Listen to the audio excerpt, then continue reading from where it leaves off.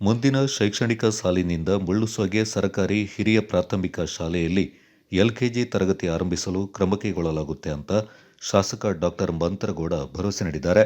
ಮುಳ್ಳುಸೋಗೆ ಸರ್ಕಾರಿ ಹಿರಿಯ ಪ್ರಾಥಮಿಕ ಶಾಲೆಯಲ್ಲಿ ಪುರಸಭೆ ನಾಮನಿರ್ತ ಸದಸ್ಯ ವಿಜಯ ನವೀನ್ ಕುಮಾರ್ ಹಾಗೂ ಗುತ್ತಿಗೆದಾರ ಅನಿಲ್ ಅವರು ವಿದ್ಯಾರ್ಥಿಗಳಿಗೆ ಕೊಡುಗೆಯಾಗಿ ನೀಡಿದ ನೋಟ್ ಪುಸ್ತಕ ಹಾಗೂ ಲೇಖನ ಸಾಮಗ್ರಿಗಳನ್ನು ವಿದ್ಯಾರ್ಥಿಗಳಿಗೆ ವಿತರಿಸಿ ಅವರು ಮಾತನಾಡಿದರು. ಸರ್ಕಾರಿ ಶಾಲೆಗಳಲ್ಲಿ ವಿದ್ಯಾರ್ಥಿಗಳ ಪ್ರಮಾಣ ಹೆಚ್ಚಿಸಲು ಶಿಕ್ಷಕರು ಹಾಗೂ ಸಾರ್ವಜನಿಕರು ಶ್ರಮಿಸಬೇಕೆಂದರು.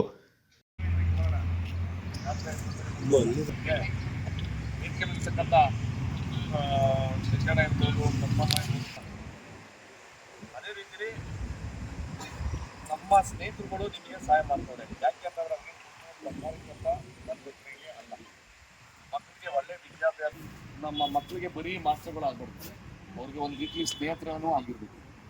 ಯಾಕೆಂತಂದ್ರೆ ಅವ್ರ ಸಮಸ್ಯೆಗಳನ್ನ ಯಾವ ರೀತಿ ಮನೆಯಲ್ಲಿ ಎಲ್ಲ ಎಷ್ಟೋ ಮಕ್ಕಳಿಗೆ ಸ್ಕೂಲ್ ಬದಲಿಕ್ಕೆ ಎಷ್ಟೋ ಕಷ್ಟ ಆಯ್ತು.